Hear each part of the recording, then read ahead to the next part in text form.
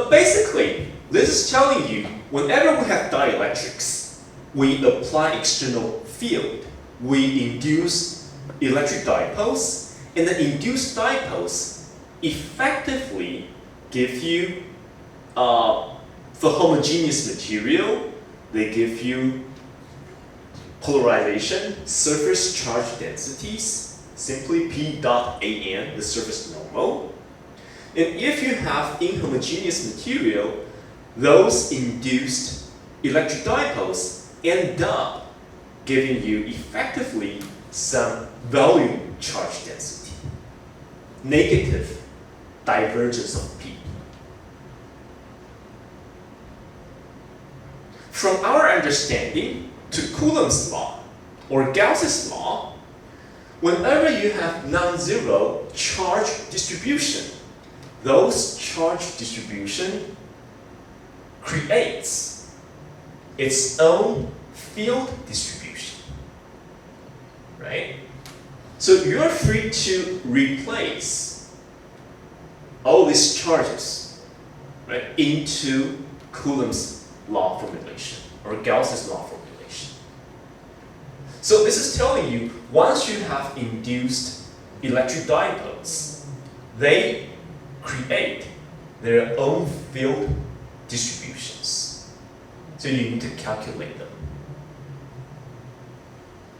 And that's making things more complicated, right? You must be thinking, oh, I have externally applied field, which I need to calculate, and I have material, I have to calculate everything, because once I have induced dipoles, I have to calculate their resulting field distribution. That's very tedious. And you want to drop this class. I can imagine your frustration, but in the upcoming slide, I'm going to tell you things are not so complicated. We're smart, right? We can find a way to quantify dielectric materials in a very simple sense. Alright, so bear with me. And this is the point why we want to define a new vector field quantity, flux density, capitalized D. Okay? And it only makes sense to talk about D whenever you have materials. For vacuum, you don't really care. You only care about E, the electric field intensity. But once you have materials, we talk about is D. Okay? I am going to define D, but I want to make a discussion which makes more physical sense. The meaning of flux density and the difference as compared to electric field intensity. Okay? So let's come back to the very first fundamental postulate when we talked about E field intensity. So we first talked about the divergence of E is equal to rho divided by epsilon 0, right? Initially, we didn't talk about what type of charge density was related to E. But now I'm telling you, when we are in free space, right, we're in free space, in vacuum. Vacuum is defined as nothing, right? So if you want to create some field distribution in vacuum, that has to come from free charges. This is the best way for you to remember it and understand it, right? Vacuum has nothing. So if you can create some field line, it's definitely coming from free charges. So divergence of E in free space is basically coming from free charge densities. They're free. But now we're talking about materials, and especially dielectric materials. Whenever you have matter, you have atoms, you have molecules, you have the ability to create induced dipoles, right? So in this case, when we're talking about dielectric medium, divergence of E is no longer just comprised of the free charge densities, but we also need to take account of the charge densities created by the polarization factors. Okay? Remember, we spent so much time talking about what the electric dipoles do. They provide additional charge densities. And we now know how to formulate these charge densities. So inside the material, you need to add the polarization-induced densities, charge densities, to the free charge densities. Right? So basically, when we're talking about matter, dielectrics, divergence of E is rho total, the total charge densities divided by epsilon 0. Okay? So another way for you to remember is, this is the real generalized expression. But when you are going into free space, you have no way to induce electric dipoles. So rho p is always 0 for vacuum, and therefore you have the first fundamental postulate. Okay? But now that we know from the previous page, rho p is equal to negative divergence of polarization factor. Okay? So now we have one divergence and we have a second divergence. Why not combine the divergence to one side to make everything simple? We can do that. We can only multiply this epsilon 0. It's a constant. We can just multiply it to the left-hand side. And divergence is distributive. We can combine these two into the divergence, right? So now it reads divergence of epsilon 0 E factor plus P factor is equal to rho free. So why not define the sum of these two vectors as a new vector? So it's easier for you to write. So why don't we define this D, a new vector field, as epsilon 0 E vector plus so many things. Okay. Now, by this definition, divergence of D, this D is called the flux density, the electric flux density. It's a vector. It's equal to rho free.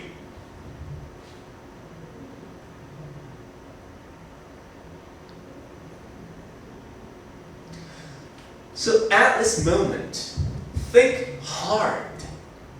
I mean, what's the difference between D and E? What's the difference? While you're thinking very hard, let me just try to write it for you.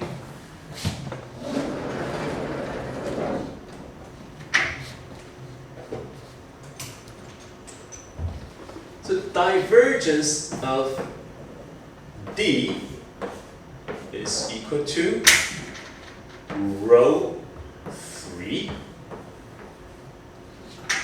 On the other hand, divergence of E is equal to, use another color, rho net divided by the constant.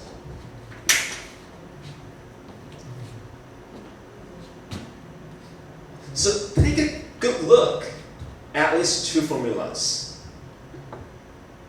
It's telling you this D vector is directly associated only with the free charge densities. Like you have free charges in space.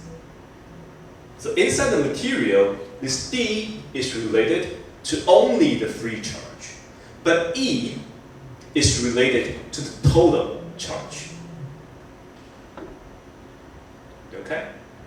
This net charge is the sum of free charge density plus the polarization charge density. Right? Now, before I go on, take a guess on which field quantity can be smaller. Take a good guess. And if I only care about the amplitude of D as compared to the amplitude of E, if I don't care about this constant, which one can be smaller?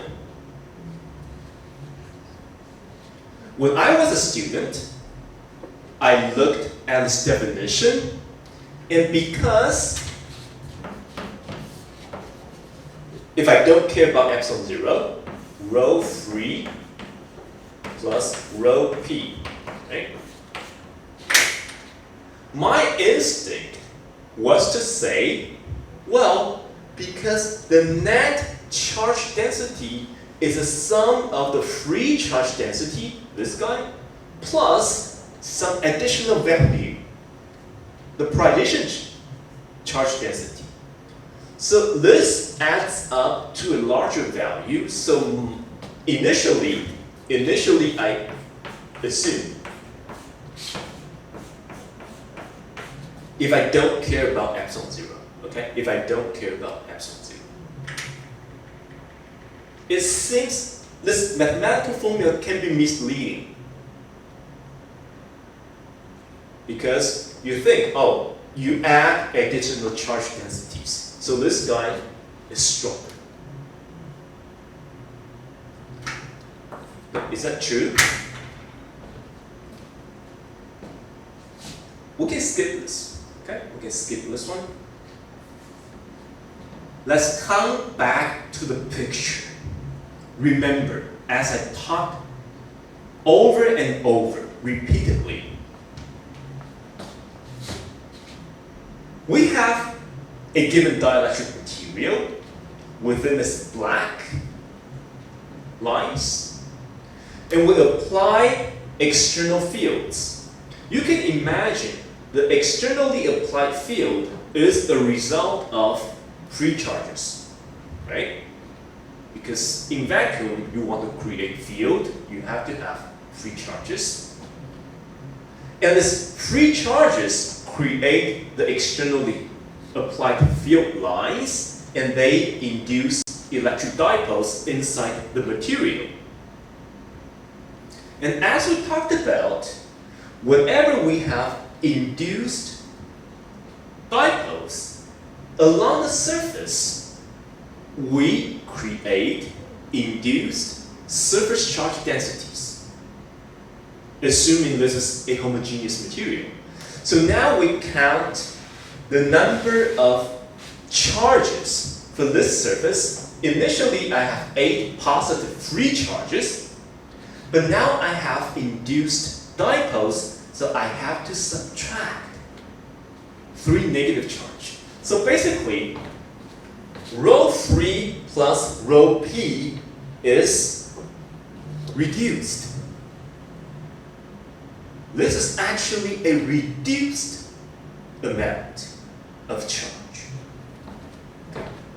It's also true here for the bottom surface. Initially, I have 8 negative charges, but somehow due to the existence of the induced electric dipole, I have 3 positive charges on the bottom surface. So these adds up to a smaller absolute value quantity.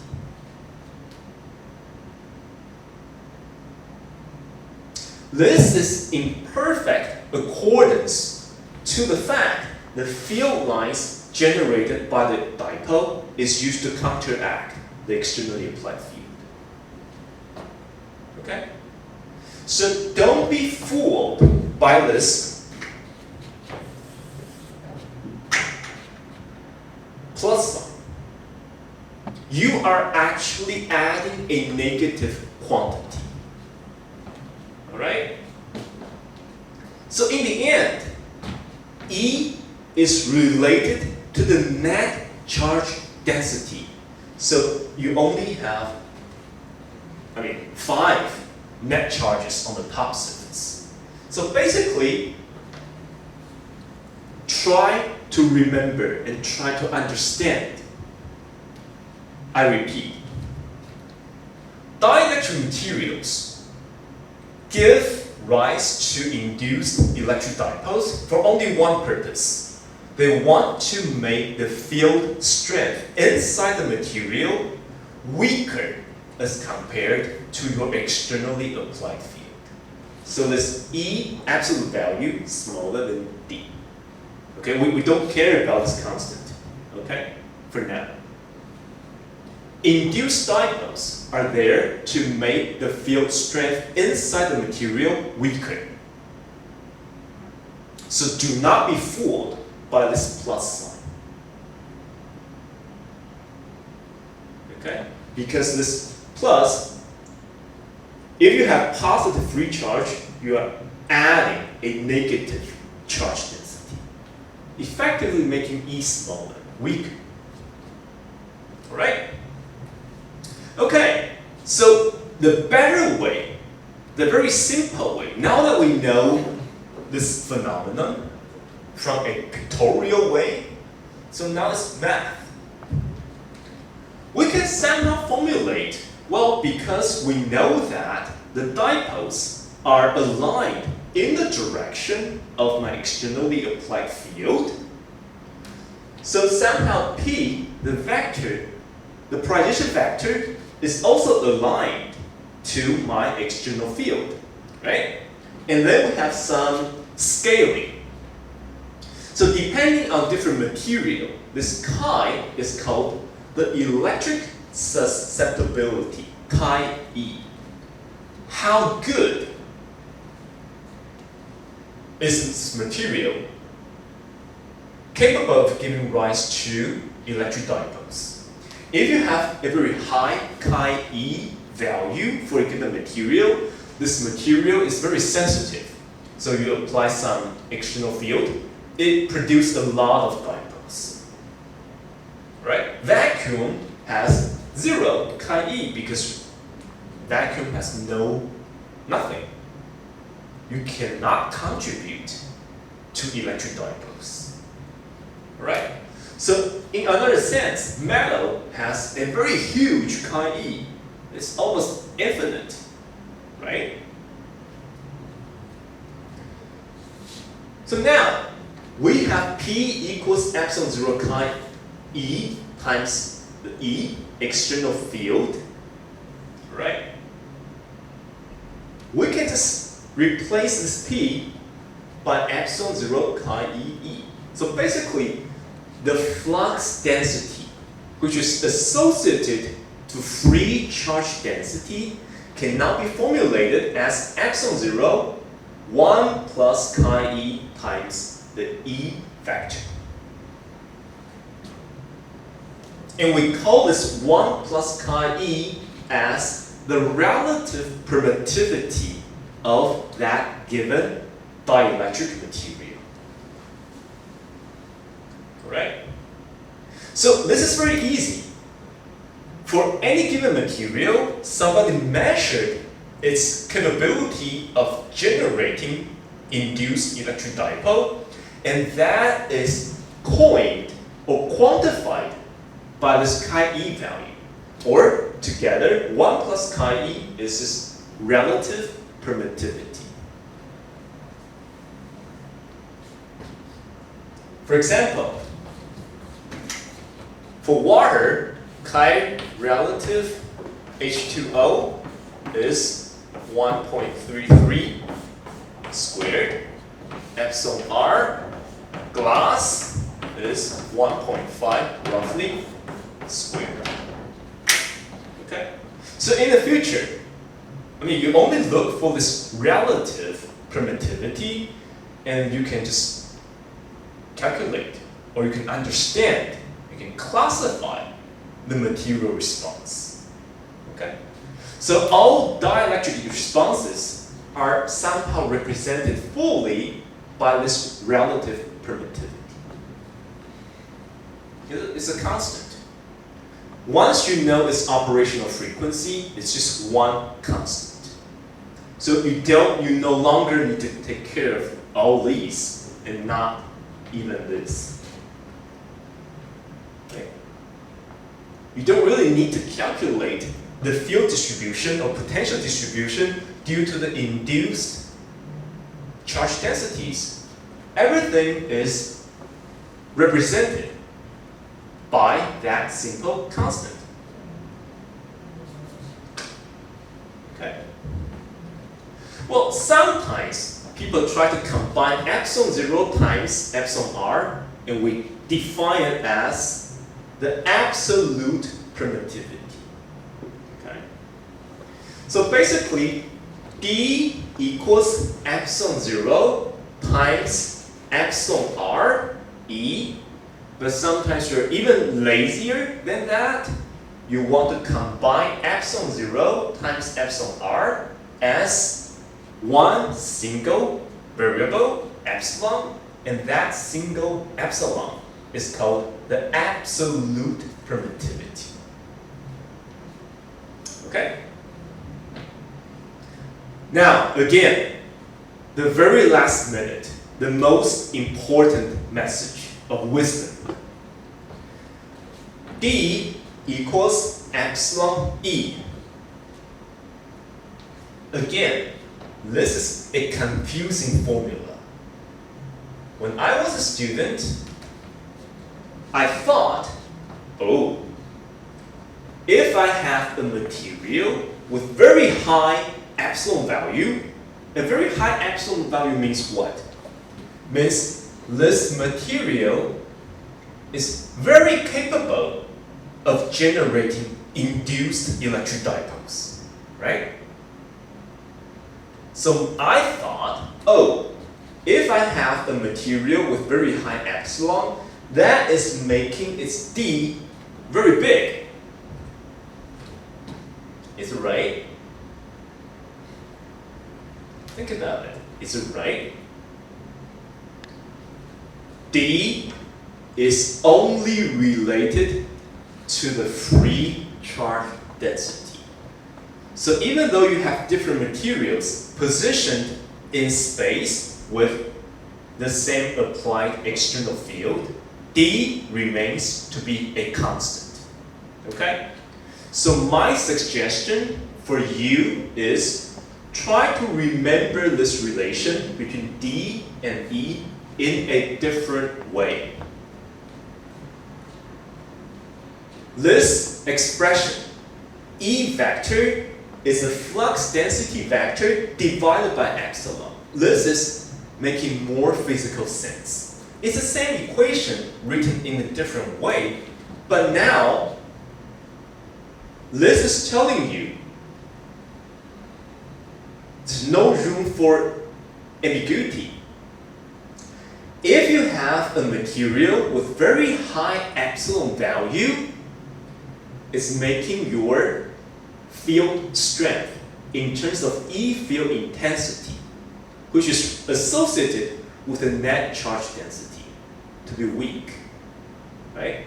So this writing formulation is telling you D should be held as a constant because it's only related to free charge density.